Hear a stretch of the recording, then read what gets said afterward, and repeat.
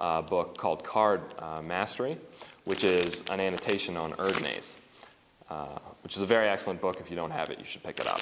But just like that, I've finished the culling. I have culled aces and fours, full house, on the top of the deck. There they are. This is the explanation for the McDougall cull, which is definitely one of the highlights of this DVD. It's a cold culling technique, which I got asked several times to include in my next DVD. And this is what it looks like. The cards are legitimately shuffled. And then when you're handed the deck, what you want to do is hold it in this position with 3 fingers, the middle, ring, and pinky on one end, thumb on the other, and your index is bent on top. Okay? What you're going to get from this is you're going to get callus right here from practicing it a lot. So that's something to be aware of. So don't worry. It's a normal thing. Every guy goes through it eventually. Okay, so you shuffle down. All right? And once you see a card that you want, you're going to stop right after it because I can see the indexes flying by. Okay? Once I see a card I want, I just got an ace of hearts. I just saw it go by. So I'm going to totally yoink that one because that's a nice card. What I do is I stop my riffling right there and rotate this packet up into this hand. Okay? And now I can do a dovetail shuffle, making sure that this half falls back on top. So now I have the ace of hearts ready to do whatever I want with. Okay? So I do it again like this. And I have a 2 of hearts now, so I think I'm just going to go for a flush. So I stopped at the 2 of hearts, and I'm bringing that to the top. Okay? So now I have a 2 of hearts and an ace of hearts. Okay? Riffle down again, looking for anything. I just found a queen of hearts, and I add that on top. So now I have 3 cards in my flush, so I'm slowly growing. Okay? Keep on riffling, and you're going to find another card that you want. I just got the king of hearts. Now the king's on top. And one more card will complete my flush. I have the 7 of hearts, and now I have all 5 cards on top. There's my flush. 5 cards, that's all you need for a flush. But you know, I'm a cheater, so I might take one more. But let me do it again up to speed so you guys know, now that you know what's going on, you can look for it and make fun of me on the Magic Cafe. Here it goes. So I just called a 4 and a 6. So now I'm looking for any kind of full house opportunity or straight opportunity. I just got another 6, and there's another 6. Now what I did here, now this is an interesting point, is that I missed it by a little bit. I missed it by 2 cards. Okay? I could tell that right away, and you'll be able to pick that up as soon as you do it. Since I missed it, I'm going to continue the shuffle just like normal, and then I'm going to shuffle these 2 cards off. I can do this, which is a slip cut, which I teach in the first one. I can do that twice, or I can jog. I can do a jog shuffle to get rid of those cards. Anything you want. But anyway, at this point, I have 3 6s and a 4. So I'm looking for that other 4, or a 6. Okay? If you don't get one, you don't want to sit here too long looking through the cards. Okay? Because if you look through the cards too long, they're going to know what's going on. So it's better to just miss it and keep trying rather than keep on going forever until you find one. Okay? But luckily, I just got one. So now I have my full house on top, 4s and 6s, and I'm ready to stack.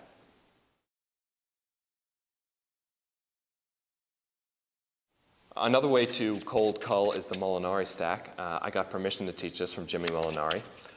It basically looks like this. A lot of people shuffle face up like this and mix it up with face down shuffles. And it's done very quickly, very naturally, just kind of like you don't have a care in the world. And you notice I'm not staring at my hands when I do it. In doing that, I called a flush in diamonds. Now we're going to talk about the Molinari cull, and I'd like to thank Jimmy Cards Molinari for giving me permission to teach this on this DVD. This is an excellent, excellent move, and it's very easy. So all you have to do is know how to do it, and I'm about to clue you in. So this is how it works. Basically, I'm shuffling face up, and what I'm doing is I'm bringing the cards that I want. When I see a card I want, I bring it to the bottom, okay? And the bottom is actually the top. Sounds crazy, I know. Follow me here. Here's what I do, okay? Let's say I want the 9, okay? I like the 9. The 9's a good card. I'm going to bring it right to the top. Now the 9's on top, okay? You following me now? Yeah, you didn't think it was that simple, but it is, okay? I have the 9, right? So I riffle down until I see another card that I like. Ooh, another 9. What do you know? Okay? I found the 9. Now I'm not going to throw this back on top because then I lose my other 9, which is back, meow. Okay? So what I'm going to do is throw that packet behind it. So now I have a 9 on the top and a 9 on the bottom. I again peel off that one card and bring it back to the bottom. Okay? So now I have 2 9s there. So I continue shuffling again until I see another card I want. I'll just go for the 9s because they're there. Okay? There's the next 9. I bring that down. So now I have the 3 9s. If I want the last 9, now I've already gone through the majority of these cards on top, so I don't have to run through them singly because I know they're not there. So I can just drop a block of cards and then continue going from there because I know that the 9 is going to be up here somewhere. It's going to be close to the top, which it is. It's right there. Okay? And then I bring that last 9 to the top, and I have the 4 9s on top. So now that you know what to look for, you know how it works, I'm going to do it up to speed, okay? Now, Molinari, on his lecture DVDs, Lecture 1 and 2 are great DVDs. Definitely check them out. He likes to go past the card. Like, for example, let's say he's culling 2s, okay? He sees the 2, he goes past it, then comes back to it, and then brings it to the front, okay? I think that's great, but for me, I'm trying to do this faster because I need to stack right after I get them there. So I'm more concerned with speed than deception, okay? So we'll go for something else this time, and I'll let you see so that you can see the cards going by. This time I'll go for the aces. And you just see that I just got 2 of them. I now have 3 of them, and all I need is the last ace, and that's all 4 aces. 1, 2, 3, 4 aces. That's the Molinari call.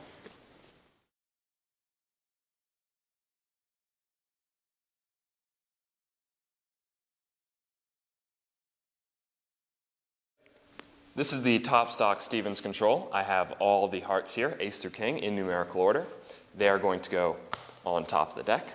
And notice during these shuffles that the top card changes every time, which really adds to the illusion. And I learned the Stevens cull from the back of Revelations and just kind of took those techniques, tweaked them a little bit, and turned it into this little sequence that I have. Give the cards a cut, and you see all the hearts remain in order on the top of the deck. Now we're going to talk about some controls. The first one I'm going to teach you is Stevens cull control.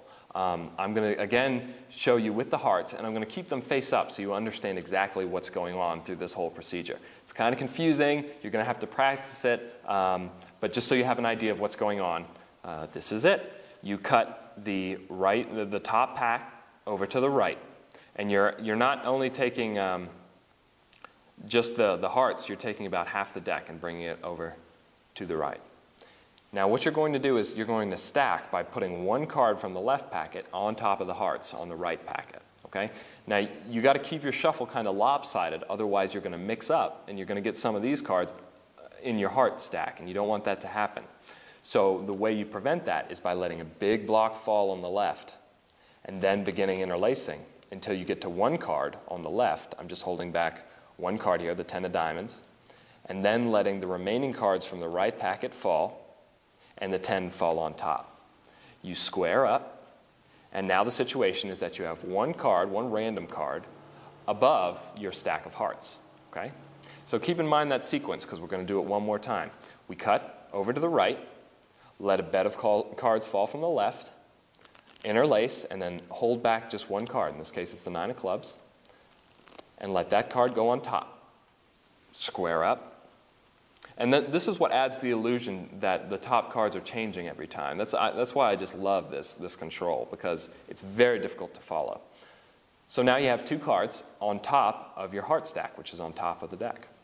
Okay, now I added in a strip to make the shuffle a little more deceiving. It's not very hard to do.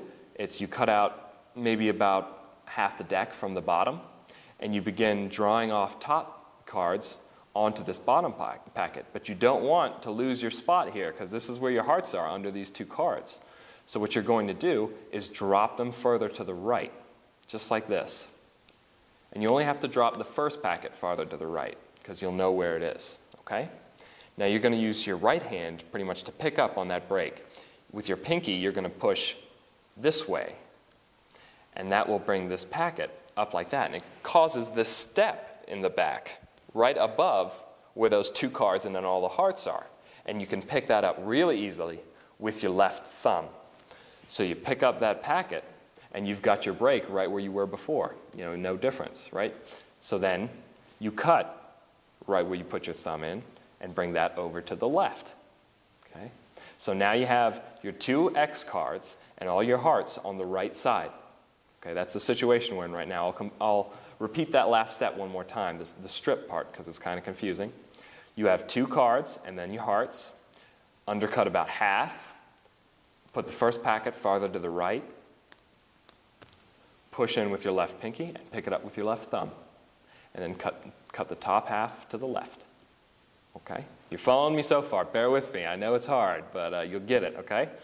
Now what you're going to do is you're going to have to get rid of these 2 cards to get your hearts back on the top. The way you're going to do that is by stacking again. You're going to riffle with the left portion again, and then you're only going to hold back 2 on the right. So you're going to let a big portion of cards fall down there. So you're only holding back 2 on the right. And these are the 2 cards that you added on earlier. You let the left-hand packet, else in a small group of cards on the bottom, land above those. And then you place the 2 cards on top. So now the situation is this. You have a group of cards from the left-hand packet. You have another group from the right-hand packet, which has your hearts on top, left-hand packet there, the rest of the left packet, and the 2 cards that you added on earlier in the sequence here. Okay?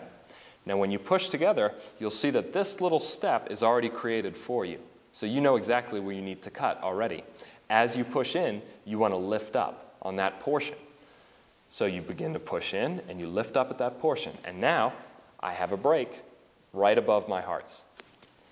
So I cut that off and my hearts are right back on top. Now this is what it looks like up to speed with it face up so you guys can follow, okay?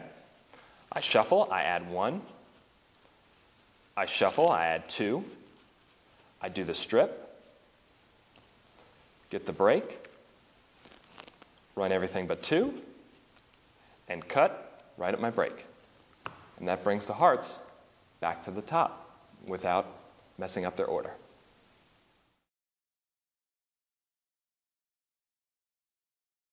With the same concept of keeping groups of cards together, this is the Erdnase bottom stock control from Expert at the card table. I have all the hearts in numerical order on the bottom of the deck. And I'm just going to give it a sequence of shuffles here. And this is kind of talked about in passing by Erdnase. He doesn't go into too much detail, so it's kind of difficult. So that's why I figured I would teach this technique. And give it another cut. And one more shuffle. And I have all the hearts in numerical order still on the bottom of the deck. Now I'm going to show you the Erdnase system of controlling the bottom stock. I have all the hearts, they're face up so you can follow them, on the bottom of the deck. Now this wouldn't be used to keep something like the hearts all together, something like big cards or anything you're trying to remember together so that when you're playing, let's say for example I am using the hearts and we're playing a game and the king of hearts comes up. Well, I know the next card's going to be the queen, then the jack, then the 10, because these are all staying in their order. It's just to give you an idea of what exactly is going on. Here's how it works. You're going to cut the top half of the packet over to the right, just like that. So your hearts are over here, they're all face up, and the top half is over here. You're going to lift up the left packet, but you're not going to lift up from the bottom, because if you lift up right from the bottom, you're going to run these cards, and you can't mix them up with anything because they need to stay in their position. So you're going to lift up in about the middle, right here, and then about begin the shuffle. Okay? Again, I'll give you that concept. I lift up about half, and then I shuffle. Okay? You can't really tell from the angles from the front that there's a big block of cards under here. But if your hands are pressing down, it's very difficult to see. Okay? Then you're just going to push that together and square it up. Okay? So now your hearts are still on the bottom. Okay? That's step one. We're going to do that shuffle a few more times, so keep that in mind. Okay? You're going to cut out the bottom packet and place it on top, but you're going to hold a break with the left thumb. Okay? So your hearts are right here, and you're holding a break.